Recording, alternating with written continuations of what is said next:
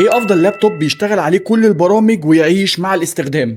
ودول 4 انواع لابتوب في فئه اقتصاديه مناسبه، وخلي بالك ان الاسعار بتتفاوت من مكان للتاني. وانا من وجهه نظري عشان تقدر تجيب لابتوب قيمه مقابل سعر، بلاش تتجه في اول طريقك انك تجيب لابتوب جديد، وخليك دلوقتي في وارد الخارج. هتلاقي السعر بيقل عن الجديد اللي بيتباع في المحلات بحوالي 10000 جنيه. ودول بقى 4 انواع لابتوب برشحهم لك عن ظهر قلب، هيساعدوك جدا في دراستك وهتقدر تتعلم عليهم اي مهاره انت عايزها، سواء بقى جرافيك، مونتاج، برمجه، ومهارات تانية كتير من مهارات الدخل السلبي. واول لابتوب معانا هو لينوفو ايديا باد سليم 3. بيجي بمعالج قوي جدا رايزون 5 7530 او كور اي 5 1335، ورامات 16 جيجا، وهارد 512 اس اس دي. واللابتوب ده بيتراوح سعره من 25000 جنيه ل 30000 جنيه. تاني لابتوب برشحه لك اسوس فيفو بوك 15. بيجي بمعالج قوي رايزون 7 الجيل ال 13 او كور اي 5، رامات 16 جيجا، هارد 512 اس اس دي. شكله بجد شيك جدا ووزنه خفيف، مش هتحس اصلا انك شايل لابتوب. وسعر اللابتوب ده بيتراوح من 30 ل 35000 جنيه. وتالت لابتوب معانا هو اتش بي بافيليون 15. بيجي بمعالج رايزون 7 الجيل ال 13 او كور اي 7،